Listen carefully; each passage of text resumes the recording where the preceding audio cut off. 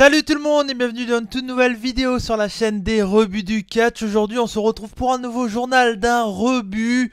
Je suis Cody McLeod et aujourd'hui vous le voyez, eh oui, hein, voilà.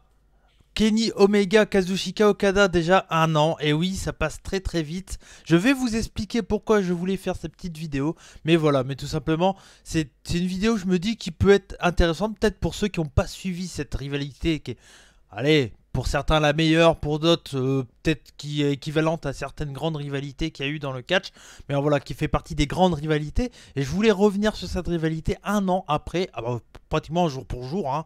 Le dernier match qu'ils ont eu, c'était à Dominion 2018. Dominion, c'est début juin, donc on y arrive tout doucement. Après le Best of Super Junior, ça sera Dominion 2019. Donc pratiquement un an jour pour jour après leur dernier match, revenir un peu sur qu'est-ce que c'était cette rivalité, réexpliquer ça rapidement, mais voilà, en essayant de faire une bonne vidéo, prendre son temps tout de même, vous savez, c'est ce qu'on fait chez nous, donc voilà, prendre notre temps, donc surtout voilà, posez-vous bien, je vais vous raconter ça toujours en impro bien entendu, et je vous ai demandé votre avis sur cette question-là, sur quel était pour vous le meilleur match entre Okada contre Omega, et voilà, j'ai pris vos commentaires que vous avez laissés, vous avez été mine de rien assez nombreux à laisser des commentaires sur Twitter, ça me fait super plaisir, je m'attendais à 1, 2 commentaires gros max, il y a plus d'une dizaine, donc voilà, merci beaucoup, ça me touche vraiment, c'est très sympa de votre part, et puis bah voilà, vous avez été plus de 50 à voter pour mon vote que j'ai fait, donc vous aurez les résultats en fin de vidéo bien entendu, mais voilà, bah merci à vous, 50 c'est quand même pas mal, c'est même plus que bien, je m'attendais à 20 personnes à tout casser, donc voilà, merci à vous, je pense que je vais essayer d'introduire ça plus souvent dans les journaux d'un rebut.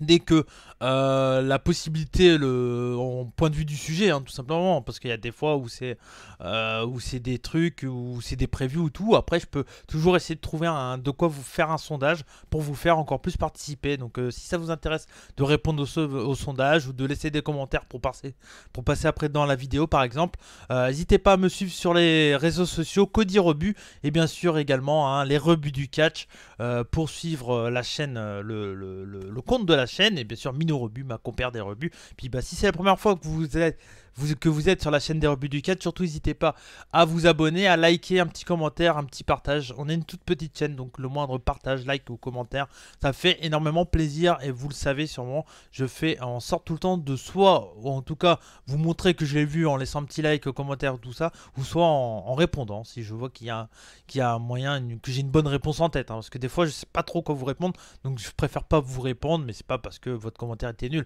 c'est juste que j'ai pas d'idée sur le moment, voilà, tout simplement. Bref, allez c'est parti, on va y aller du coup pour ce journal d'un rebut. Allez, on passe en mode journal d'un rebut, tac. Et ouais, vous avez vu, hein, j'ai décidé de m'introduire dans la miniature des journaux d'un rebut pour l'intro, je trouve ça plus chouette.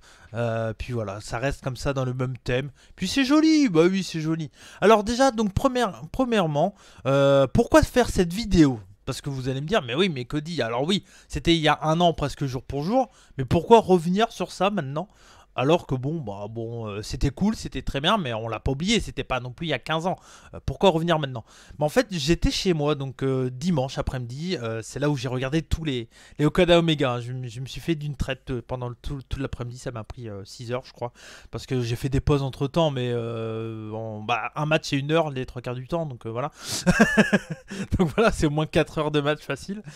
Si on regarde les entrées, puis un peu ce qui se passe derrière, parce que j'aime bien me remettre un peu dans l'ambiance, bah voilà, ça prend énormément de temps. Et donc, bref, j'étais chez moi dimanche, et je savais pas ce que j'allais faire dans mon après-midi. Et j'étais en train de me dire, bah merde, on arrive bientôt à Double or Nothing, donc le gros show de la All Elite Wrestling, et dont l'une des têtes d'affiche est tout simplement un certain Kenny Omega. Et puis j'étais là en train de me dire, mais merde, il me manque Kenny Omega, qu'est-ce que j'ai hâte de le revoir sur un ring. Alors il a recatché un peu dans certains trucs, un peu voilà, mais en tout cas de le voir sur un ring filmé, on l'a pas vu depuis Wrestle Kingdom où il a perdu son titre contre Tanahashi, et j'étais en train de me dire mais qu'est-ce qui me manque quoi. Et c'est vraiment un catcheur que j'aime, ça fait partie des catcheurs que j'aime le plus actuellement. Je trouve que ce mec-là a beaucoup de trucs, hein. Il a du comedy wrestling, on en avait parlé un peu avec Nelson. Si vous avez vu cette vidéo, ce journal des rebut où on parle du comedy wrestling avec Nelson, Nelson Pereira. Voilà, surtout on en parlait un moment et puis on nous disait c'est vrai que Kenny Omega en plus d'être hyper complet, il a ce côté comedy wrestling que moi personnellement j'adore. Il a un in-ring qui est complètement fou et je me dis mais qu'est-ce que il me faut ma dose de Kenny Omega entre guillemets. J'étais arrivé là un dimanche après-midi, il me faut ma dose de Kenny Omega. C'est pour ça que je me suis dit allez, on arrive à un an à peu près du dernier match qu'il y a eu entre Kenny Omega et Kazuchika Okada. Allez, on va se remater ça et puis on va se remettre dans l'ambiance. Et comme ça, je me suis dit, je vais un peu réexpliquer peut-être à ceux qui n'ont pas suivi toutes ces rivalités et pourquoi quand même je vous conseille de voir, même si vous allez connaître toute l'histoire au final. Hein. Et puis, ça me permet aussi de, un an après, voir un peu vos retombées. C'était surtout ça. Parce que moi, clairement, mes retombées, après avoir vu ces 4 matchs, je vais vous le dire tout de suite après avoir présenté un peu match par match. Je vais pas vous refaire une review du match. Hein. Vous devez les connaître si vous les avez vus, même si c'était il y a un an, voire il y a 2 ans pour certains. Il y a plus de 2 ans pour certains même. Mais si vous les avez pas vus, c'est des matchs à avoir une fois dans sa vie.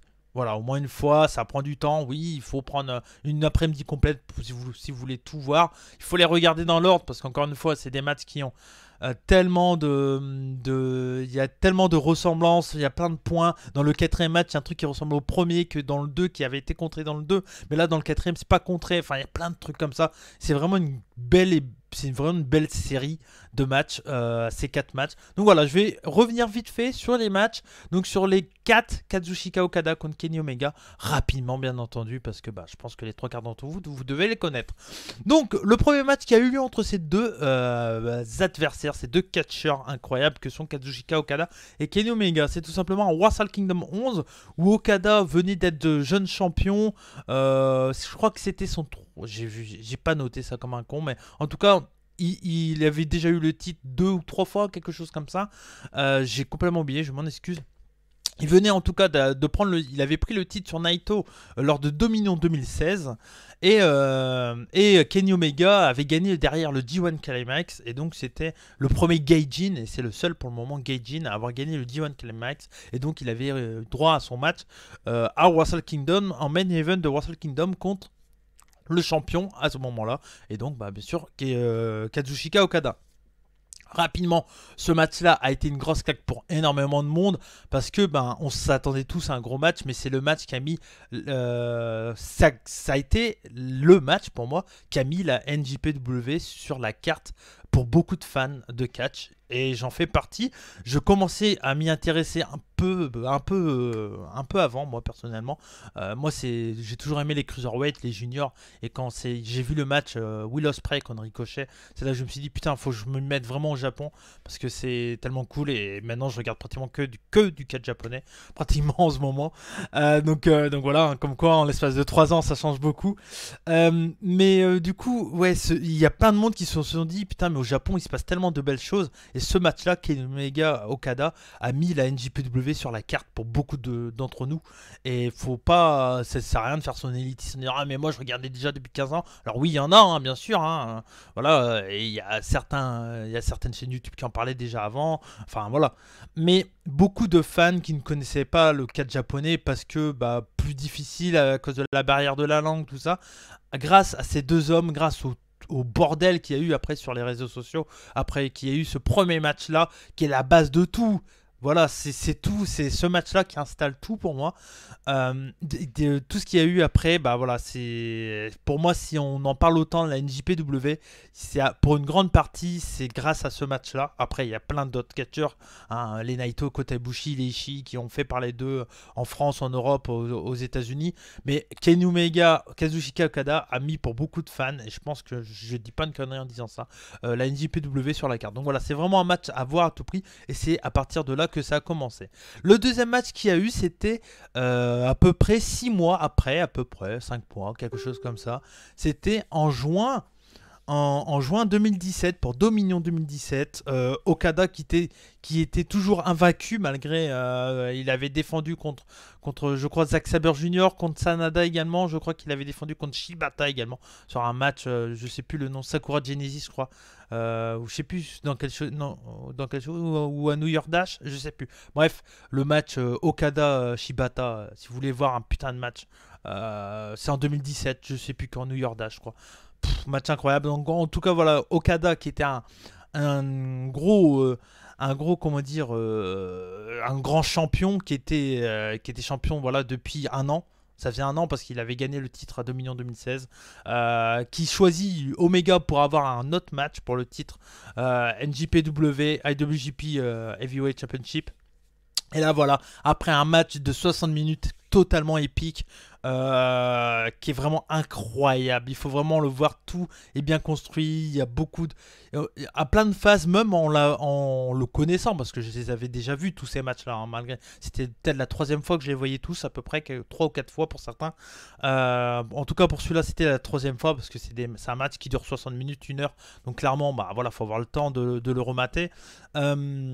Et malgré que je savais le résultat, je savais qu'il y avait un nul à la fin, t'arrives toujours à marquer tellement que c'est bien fait. C'est vraiment encore un match. Il faut vraiment prendre son temps. Je vous conseille, si vous l'avez jamais vu, regardez-le avec un pote. Si vous avez un pote qui est fan de catch, pas catch, qui est fan de catch VVE par exemple, ou qui connaît pas trop Kenny Omega, Kazuchika Okada. Je pense que, mais par contre, voilà, je pense que ça peut être un match intéressant si vous voulez découvrir, si vous avez le temps pour découvrir la NJPW. C'est un match à voir en tout cas si vous êtes fan de catch, ça c'est sûr. Un draw, j'ai rarement vu un aussi beau draw de toute ma vie. Voilà, 60 minutes, parfait. Il y a très peu, je trouve qu'il y a très peu. Encore, c'est des avis personnels, hein, je précise. Il y en a certains d'entre vous, vous verrez dans les commentaires tout à l'heure, qui sont pas du tout d'accord avec moi, clairement. Mais moi, je trouve que ça fait partie des matchs qui vont marquer les 4 matchs vont marquer un peu le monde du catch. Je pense dans 20 ans, 30 ans, on en parlera encore. Mais clairement, ce match-là, même un an après, même en l'ayant vu 3-4 fois, clairement, ça fait partie des matchs qui m'ont marqué en tant que fan. Donc voilà, un super match, Dominion 2017. Ensuite, il y a eu du coup draw, donc du coup Okada était toujours champion lors du G1 qui a lieu en août, vous le savez, chaque année. Donc au G1 27. Omega se doit de battre Okada s'il veut aller en finale. Il y avait, je sais plus exactement comment c'était, mais en gros c'était si Omega gagnait contre Okada, alors qu'il a jamais battu Okada, il allait en finale. C'était ça, contre Naito.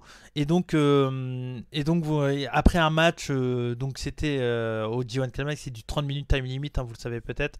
Okada qui était blessé. Parce que à cause du tournoi, alors je vais pas voilà, mais si vous connaissez pas le G1 Climax, qu'est-ce que c'est tout simplement un championnat, donc c'est très long, ça dure un mois et demi je crois, ou un mois peut-être, je sais plus, comme ce qui se passe en ce moment avec le Best of Super Junior d'ailleurs. Donc Okada, c'était donc le dernier match de bloc de poule entre Okada et Omega. Omega se devait de gagner, Okada se devait de gagner pour se qualifier en finale. Je crois que même un match nul suffisait à Okada, si je dis pas de conneries. Mais Okada, du coup, était blessé pendant tout ce match. Enfin, avant ce match, hein, à cause du tournoi, tout simplement. Et donc, du coup, Omega, d'entrée de jeu, en profite pour attaquer et s'acharner sur le cou et la nuque de son adversaire. Ce match-là est totalement différent encore des deux autres. Ils ont réussi à nous faire 4 matchs totalement différents, je trouve. Et ce troisième match est hyper speed, c'est vraiment un match par contre si vous en avez jamais vu, en ayant un peu l'histoire de tout ça, quand même comprendre qu'est-ce qui se passe, pourquoi Omega s'acharne autant, pourquoi il veut gagner aussi rapidement. Mais c'est vraiment un match qui est hyper plaisant parce que c'est le moins long des 4. Il dure dans les 25 minutes, quelque chose comme ça. Ils arrivent à nous faire une belle histoire et à nous montrer pourquoi Okada est un peu plus faible, parce qu'il est blessé et ça se ressent, et vu les coups qu'il prend dans la gueule de toute façon avec Omega, voilà. Donc Omega gagne ce match, donc il a accès à la finale qui perd contre Naito. Mais le truc qui est intéressant dans ce match, c'est que oui, alors Omega a battu Okada, mais Omega, il est content parce qu'il est en finale du G1 et tout, c'est sûr. Mais c'est pas une vraie victoire, entre guillemets. Alors si, c'est une vraie victoire, mais c'est après un championnat, c'est après que Okada est blessé. Donc voilà, c'est un truc je me suis dit, moi, après ce match-là, alors je parle encore kayfabe, hein, attention, on sait tous que c'est le catch, hein, voilà, bref, kayfabe, le personnage de Omega, il peut être fier d'avoir gagné contre quelqu'un, contre Okada, mais il peut être aussi déçu en disant, ouais, mais il n'était pas à 100%, donc voilà. Donc il y a encore un petit, comment dire... il est peut-être encore un peu déçu. Il aurait préféré gagner contre un vrai Okada en forme, on va dire, Omega. Donc voilà, donc il arrive en finale du G1. Bon, vous connaissez peut-être la suite hyper. Après, il a toutes ces histoires avec le Bullet Club, Cody Rhodes, tout ça. C'est pas le sujet de la vidéo. Et on arrive du coup au dernier match. Dominion 2018. Donc c'était il y a un an, pratiquement jour pour jour. Donc on arrive à là, alors que Okada est champion depuis. Accrochez-vous bien, pour ceux qui ne connaissaient pas le chiffre, ça c'est ouf. 720 jours. Il choisit à nouveau lui-même Omega. Alors là, il a démonté tout le monde. Hein. Ça fait 720 jours. Donc ça fait 2 ans qu'il est champion. L'ami Okada. C'est lui qui choisit Omega en tant que challenger. Parce qu'à ce moment-là, ils sont à un partout. Enfin, ils sont à une victoire chacun et un nul. Donc voilà. Et là, cette fois-ci, Okada, il dit, bon, par contre, cette fois-ci, il n'y aura pas de problème de time limit. Donc pas de 60 minutes, pas de 30 minutes, pas voilà. Et on fera ça au meilleur des 3 tombés. Donc voilà, donc c'est un 2 out 3 fall sans time limit. Donc voilà, bon, c'est un match qui est vraiment incroyablement cool. Super storytelling, super... c'est vraiment encore une fois un super match dans un autre style. Je me souviens voir qu'en début de match Omega travaille la jambe, si je dis pas de conneries, ou c'est peut-être dans un autre, je ne sais plus, ou c'est peut-être dans le Dominion 2017. Je confonds un peu, hein, comme je les ai vus tous à peu près revus à peu près au même moment. Je confonds un peu tout. Bref, en tout cas, c'est un super match qu'il faut voir. Il dure 64 minutes, si je dis pas de conneries, donc c'est pareil. Si vous avez le temps, c'est un match à regarder. Ce n'est pas mon préféré des 4. Voilà, on va arriver à ce que vous nous avez dit. Pour ceux qui ont commenté et ceux qui ont voté. Mais en tout cas, moi personnellement, ce n'est pas mon match préféré. Victoire de Omega, du coup, Omega qui devient champion pour la première fois. Il gagne 2-1. Voilà, un gros match quand même. Hein. C'était vraiment un super match. Mais en tout cas, voilà pour. Je voulais revenir rapidement sur tous ces matchs-là.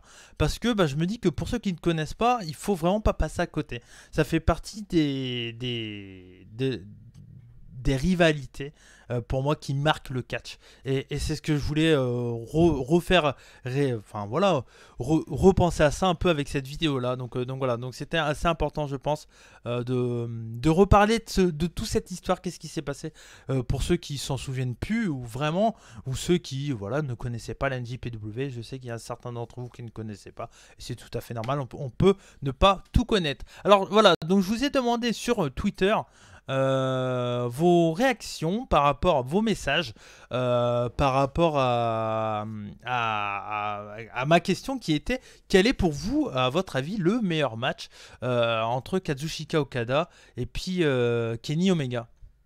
Donc vous avez été plusieurs à commenter, donc déjà merci à vous tous, ça m'a, comme je vous l'ai dit tout à l'heure, ça m'a fait hyper plaisir. Donc là vous voyez il y a à peu près presque tous les messages que vous m'avez envoyés. Je vais pas tous les lire parce que comme ça je vous les laisse et vous pouvez regarder un peu les commentaires, mais je vais regarder en tout cas 2-3 messages, des avis assez différents comme ça, pour vous prouver que c'est vraiment qu'une question de goût. Il y en a pour tous les styles. Par exemple, moi, je prends le message de Jack Jones qui est en haut à droite, qui dit pour lui le meilleur match c'était le 3e, donc celui de 25 minutes au G1, car les 3 autres pour lui il trouve qu'ils sont assez abusés, et surtout le 4e. Donc voilà. Dans le même style, il y a Spades également qui dit: le combat du G1 Climax 27 c'est quelque chose, comme quoi il n'y a pas besoin de 40, 50 voire 60 minutes pour raconter une belle histoire. Et là sur le coup je suis totalement d'accord avec toi, j'ai du mal avec les 1 contre 1 qui durent trop longtemps. Voilà, question de goût encore une fois. Cette vidéo est bien parce que ça permet de se dire: oui, c'est une question de goût le catch, encore une fois, et ça se voit, c'est pour ça que je montre tous les avis de tout le monde, et encore merci à vous tous d'avoir répondu à mon message. Non pas que les 3 autres étaient nuls, mais 25 minutes c'est parfait, donc voilà, pour lui il aime pas trop les matchs qui durent trop longtemps, c'est pour ça qu'un match de 25 minutes pour lui, ça l'a plus marqué. Un autre commentaire qui est complètement différent du coup. Loulou Montoya, donc Dark Knight, qui dit: celui de Dominion 2017 est ma préférence, tous sont exceptionnels, mais la dramaturgie du match nul rend l'ensemble merveilleux. J'y reviendrai, mais je suis hyper d'accord avec lui. Pour moi, c'est mon match préféré des 4. Le Dominion 2017, c'est celui que je préfère. Et pour finir, voilà, vous le voyez, il y a Virtual Thunder qui dit: je pense que le meilleur est celui du Dominion 2018, encore à notre avis. Mais mon favori reste celui du G1 27, avec l'acharnement sur la nuque d'Okada.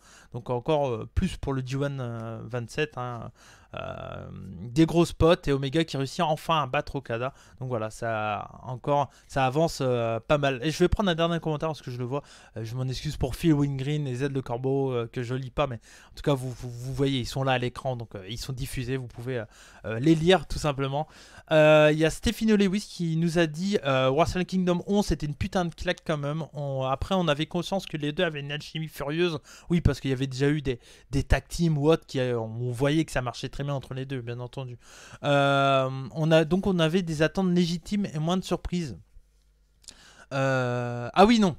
J'ai dit n'importe quoi. En fait, il dit après Wrestle Kingdom 11, on savait que ça marchait bien entre les deux, donc on avait peut-être une grosse attente. Moi, je trouve que malgré la grosse attente, ils ont fait le taf. Mais après, bon, voilà, c'est vrai qu'il y en avait énormément d'attentes, tandis que on savait pas trop, on savait que ça allait être un super match pour Wrestle Kingdom 11, mais on savait pas trop à quoi s'attendre, quoi. On avait moins d'attentes. Et comme il le dit, alors qu'à Wrestle Kingdom 11, tu t'attends à un bon match, mais jamais tu imagines qu'ils vont foutre le monde du catch en PLS. Et là, je suis totalement d'accord avec l'ami Stefano Lewis. Et enfin, j'ai un dernier commentaire avec le résultat du vote. Donc je vais vous montrer ça tout de suite. Donc le dernier commentaire, c'est l'ami Burt Alvarez. On le connaît hein, bien entendu. Si vous suivez un peu la chaîne des rebuts du catch, si vous suivez un peu les autres chaînes, on le voit pas mal. Il commente pas mal sur d'autres chaînes YouTube. Hein, c'est ça le catch également. Il commente un peu plus de temps en temps actuellement chez nous. Donc ça fait plaisir. Merci à toi Burt. Et donc il nous dit Omega Okada était une super feud in-ring. Mais de là à dire que c'est mieux que Punk Senna, Flair Steamboat, Austin Rock ou Okada Tanahashi, il y a un pas que je ne franchirai pas, sauf si tu te limites au in-ring, auquel je suis d'accord. Alors, mon point de vue sur le fait pourquoi je dis que c'est pour moi la plus grosse feud qu'il y a jamais eu dans le catch.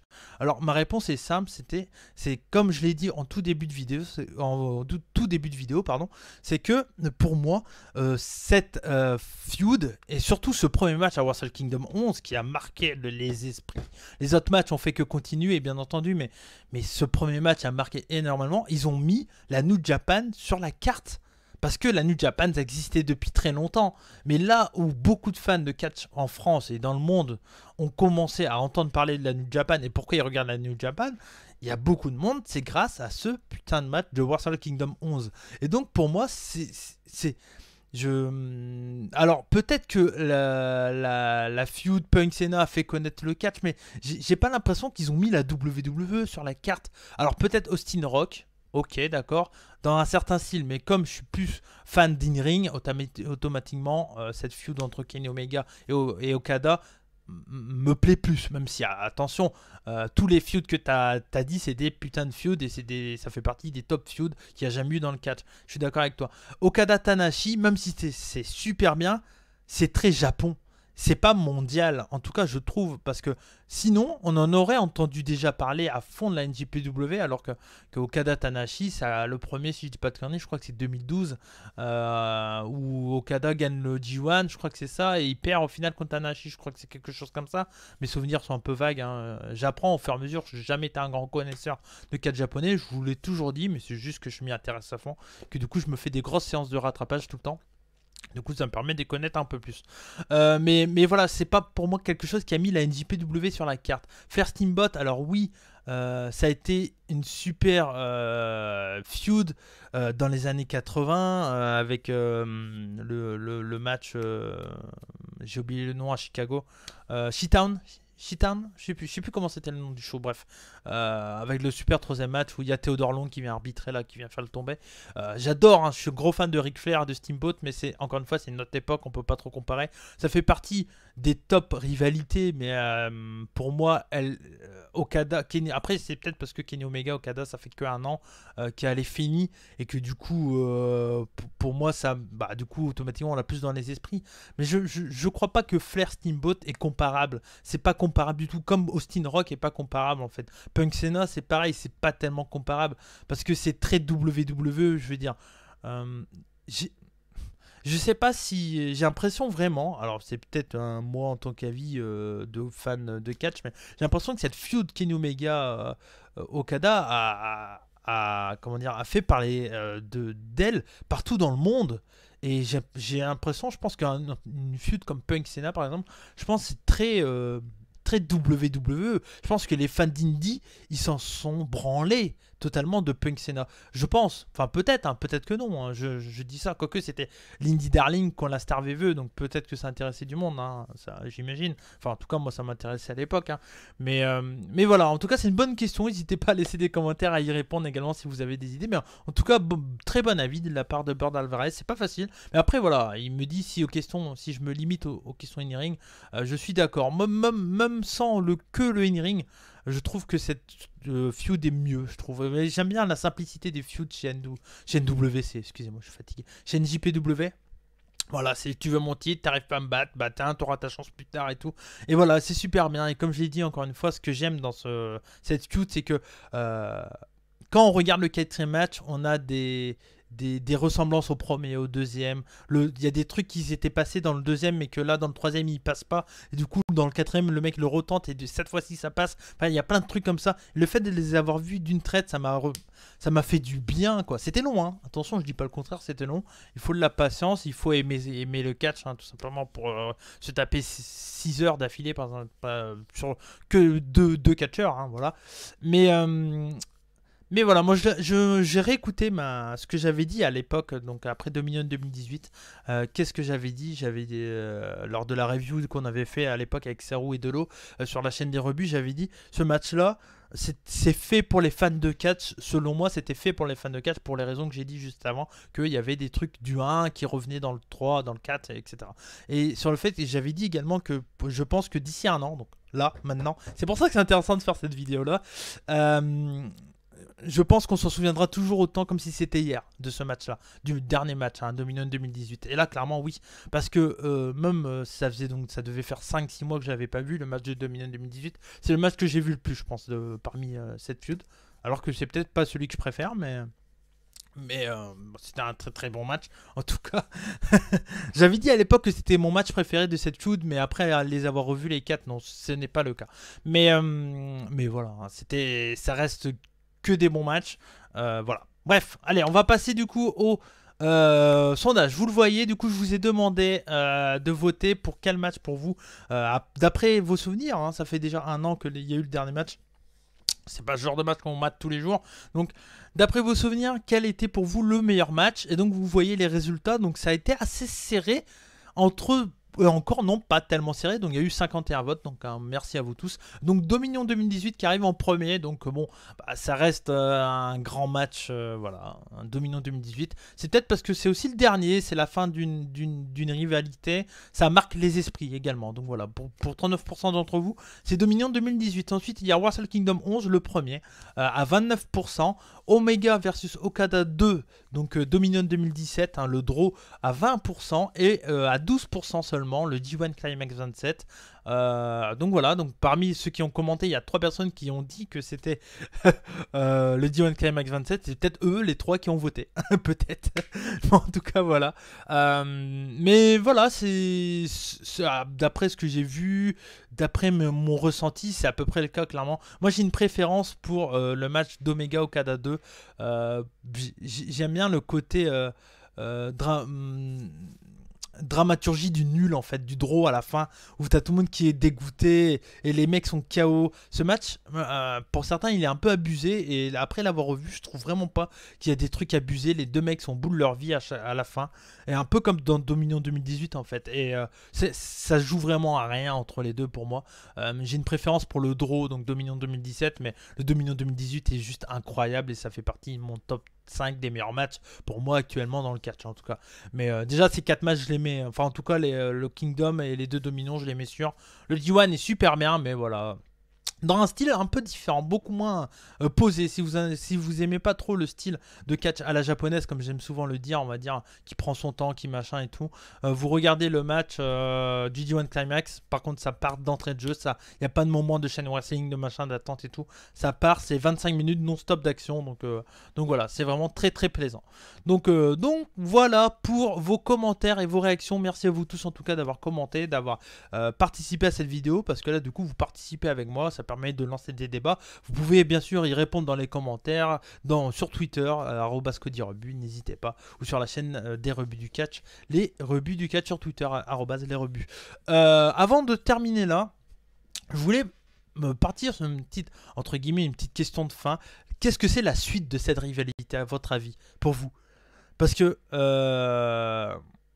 est-ce que pour vous, euh, peut-on espérer un cinquième match un jour? Ça, c'est la bonne question. On sait que Kenny Omega, s'il serait resté chez NJPW, on l'aurait eu ce cinquième match au G1 Supercard entre Kenny Omega et Kazuchika Okada. Est-ce que pour vous, et ça c'est une question que je laisse ouverte et que si vous voulez y répondre, bien entendu, il y a la zone commentaire en dessous de la vidéo, ou sinon vous pouvez me répondre sur Twitter ou sur Discord, bien sûr, le Discord des rebuts du catch.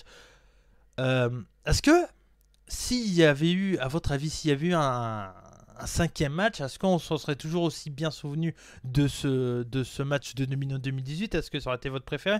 Là, bon, c'est impossible à répondre ça, mais je sais pas. Est-ce que au final, c'est mieux qu'il n'y ait pas eu de cinquième match peut-être? Moi, c'est le sentiment que j'ai. Je trouve que la fin de 2018 est vraiment très très bien. Je pense que des fois, il faut savoir s'arrêter aux bonnes choses et pas faire le match de trop. Donc voilà. Et là, clairement, j'aurais tellement eu peur d'être déçu d'un cinquième match entre Okada et Omega que au final, le fait que Omega pour le moment est plus à la NJPW, on sait qu'il a un contrat ouvert entre guillemets avec la All Elite, il va revenir un jour à la NJPW. On aura un jour, c'est sûr. Ce rematch Okada Omega et pourquoi pas Omega Okada à Wrestle Kingdom l'année prochaine pour aller rechercher Okada. Sait-on jamais, on verra bien comment ça se passe la All Elite d'ici là, hein, pourquoi pas. Mais en tout cas, moi je pense qu'on aura un jour un cinquième match. Mais en même temps, j'ai pas envie, ça s'est tellement bien terminé cette feud. 4 matchs, je trouve que c'est assez, faut pas trop en faire. On se souvient tous par exemple de la vie de Minou sur Johnny Gargano et Tommaso Ciampa qui elle au bout de 2 elle trouvait ça un peu trop long.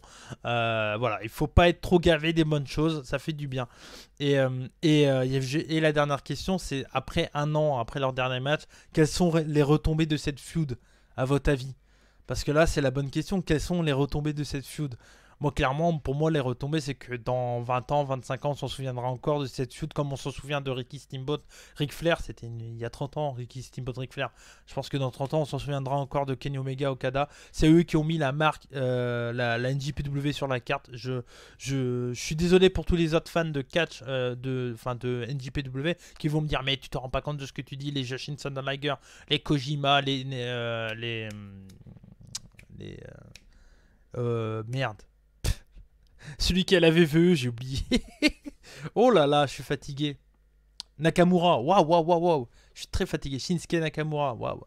Shinsuke Nakamura, Kushida, Naito, Tanahashi. Et c'est eux aussi, ils ont mis. Mais oui, mais d'accord. Mais quand Tanahashi était au top, quand quand Nakamura était au top, quand est-ce qu'on entendait autant parler de la NJPW? Alors oui, le temps a passé, c'est beaucoup plus facile de regarder la NJPW et tout maintenant.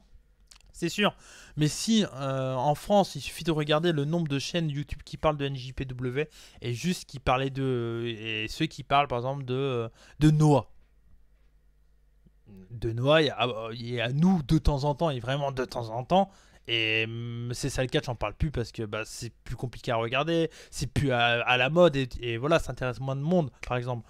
Mais voilà, pour moi c'est grâce à Okada Omega et c'est un truc que voilà, on s'en souviendra, je pense, toute notre vie de fan de catch de cette feud, clairement. Je pense voilà, avoir dit ce que j'avais à dire sur ce truc. Ça m'a pris 30 minutes, mais bon, voilà, ça fait partie de mes habitudes. C'est clairement une feud qui marquera à vie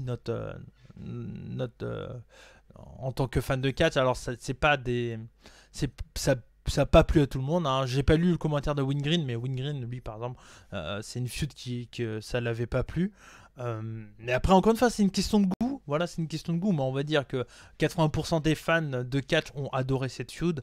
Après il y a peut-être que 30 qui trouvent que c'est la meilleure feud au monde. Moi je trouve que c'est le cas en tout cas, mais moi ce que j'en garde un an après, c'est que Omega me manque clairement, que j'ai hyper hâte de le revoir sur un ring lors de Double or Nothing. En plus contre Jericho, ça devrait être très très bien. Même s'il y en a, ils ont créé au scandale encore contre Jericho, machin. Bah oui, ça fait rêver. Peut-être que je ne pense pas, mais peut-être que dans 5 ans, on dira ah, c'était bien quand même Kenny Omega, Jericho. Il y a eu 3 matchs en tout, c'était cool. Le premier à l'NJPL, les deux autres à All Elite, c'était très bien et tout. On verra bien. Mais en tout cas, voilà, moi je suis très hypé par le entre guillemets retour de Kenny Omega sur un ring, il me manque. C'est pour ça que j'ai voulu me retaper toute cette storyline et vous faire une longue vidéo, 30 minutes, où je parle de ça. J'espère en tout cas que ça vous a plu, les amis. Et on finit sur un petit rototo, je m'en excuse. En tout cas, voilà, merci à vous tous d'avoir suivi cette vidéo. J'espère que ça vous a plu. J'espère que vous avez aimé le fait que je vous inclue dans cette vidéo-là. J'essaierai de le faire au maximum pour les prochains journaux d'un rebut, même pour des previews. J'essaierai de faire un peu des petits, voilà, des petits sondages pour vous dire, comme ça vous saurez, par exemple, si je fais un sondage sur une preview d'un show et tout, bah voilà, vous pourrez me dire, bah si, est-ce que vous êtes hypé ou pas, et vous pourrez participer à cette vidéo, laissez des commentaires, je prendrai vos commentaires comme ça. Je ferai peut-être pas ça pour tous les journaux d'un rebut, mais je trouve ça important de vous inclure dans la vidéo, et j'espère que ça vous a plu, et vous me l'avez bien rendu. Donc en tout cas, merci à vous tous. C'était Cody McLeod pour la chaîne des rebuts du catch, je vous en remercie. Kenny Omega contre Kazuchika Okada, déjà un an après, qu'est-ce qu'on en retient? Je vous l'ai dit lors de cette vidéo. Merci à vous tous. N'hésitez pas à rejoindre le Discord des rebuts du catch si vous ne l'avez pas encore fait. Voilà. À vous abonner si c'est la première fois que vous venez sur la chaîne des rebuts du catch. À laisser un petit like, ça fait toujours plaisir. Un petit commentaire. On est une toute petite chaîne, donc n'importe quel like, commentaire, voilà, ça nous fait énormément plaisir. Minou et moi vous remercions d'avance. Et voilà, on y est presque aux 600 abonnés. Donc voilà, on compte sur vous pour partager également cette vidéo. C'est important. Je vous fais des bisous. Et comme on dit chez nous, banzai, et surtout n'oubliez pas, soyez curieux. Ciao ciao.